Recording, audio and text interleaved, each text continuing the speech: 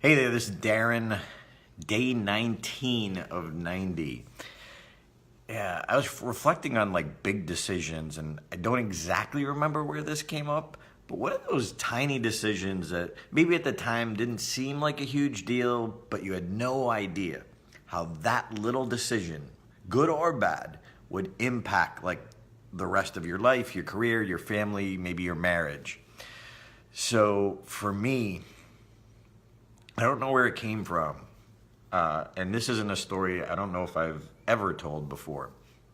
But early when I was deciding to do stand-up comedy, I mentioned yesterday Jane, who was the only one who believed in me at the very, very beginning, more than I believed in myself. Like, if it was not for her, I would have never started. If it was not for her going with me to these little comedy clubs, hey, Jeff Stein, I would never have done it. So yesterday, super thankful for Jane. However, Jane, who has passed away a few years ago, she was in AA.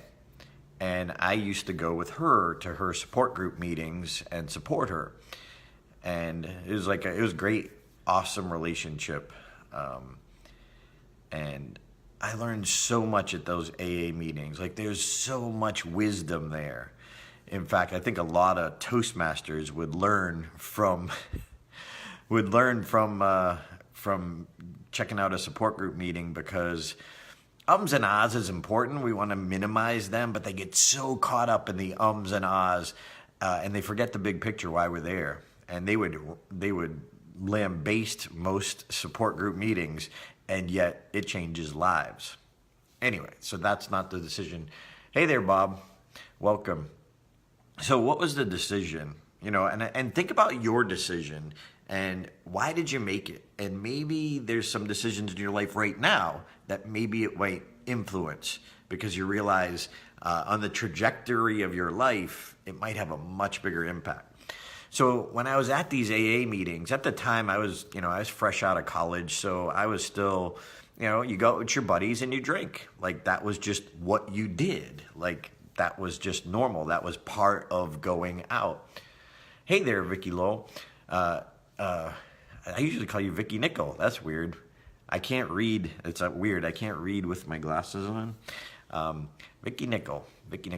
So when I would go to these AA meetings, I started slowly realizing how much alcohol was a part of my life, just because that's what you did on the weekends. You would go out and drink. So again, I would admit if I needed to go, but I really needed to go because I needed to see that alcohol was such a big part of my life. So, but here's how it translates. Hey, Mary Elizabeth. Here's how it translated. When I would go to AA meetings with her, I would see and learn so much wisdom. It was great because Dave Fitzgerald, who became my comedy mentor, I saw where he got his wisdom, and he was one of the biggest speakers in AA back in the Boston area, because he was so funny. In fact, that's what led him to becoming a comedian. Anyway, back to my decision. So when I would go to open mic nights, you probably heard the story of when I would go to Stitches for 2 months every single Sunday. Well, I did, and it was inspiring because I saw horrible people. But what I also noticed was so many of them would get drunk to have the guts to go up there and do stand-up. And I remember the wisdom that I got from going to those AA meetings, that how much it clouded and fogged your memory, your decisions, your interaction.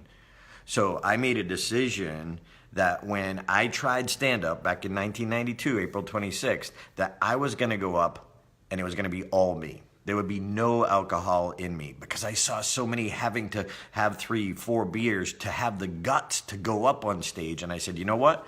I may bomb, I may die, but it's going to be all me. And I'm going to feel it. And it may be painful, but I did not want the regret of having to get drunk or have a quote unquote buzz on to go up. I just didn't want that regret of now still not knowing. So one of the best decisions I ever made was that very first night that I was going to go up and it was going to be all me. I was going to bomb. I was going to die.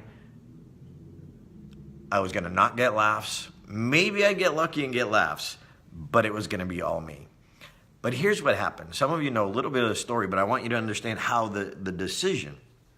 So I did bomb, and there was some pity laughs, and you might have seen the video.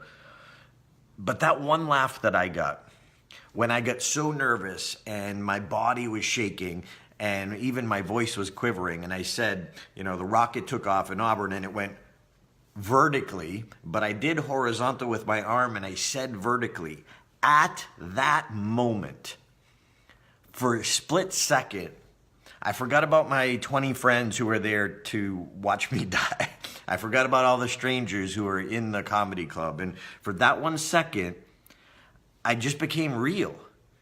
I forgot about the words in my head, my jokes on the note cards, and I just became real in that moment with those people. And I just said, shit.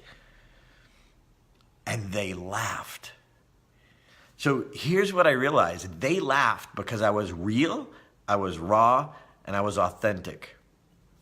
So when I did walk off stage and the other comedian consoled me, he said, don't worry, it's just your first time, thinking that I bombed. I'm like, yeah, but you don't know how low my expectations were. My expectations were so low that if I got any laugh, and it was just like, it was like an addiction to this getting the laugh. And that's why I said, I'm going to figure this out. I don't care how long it takes. I'm going to take every class that I could, get every mentor that I could. But it really stemmed from that decision to go up 100% sober, no alcohol in me. So I could feel. If I wasn't feeling, I probably wouldn't have had that reaction, and I probably would have never gone up on stage again. So it was such a powerful decision. And, I thank Jane, I thank AA, and I thank the people that I learned from going to those meetings, the true wisdom and how much it really affected my life. So in your life, what are those decisions that maybe you could make that will change the trajectory of where you want to go? So I hope that story was helpful. I don't know if I've ever told that before, maybe once in an article, but anyway, so thankful that decision. It was great. I'm so glad I stuck to it, or I wouldn't be here where I am today. So see you tomorrow.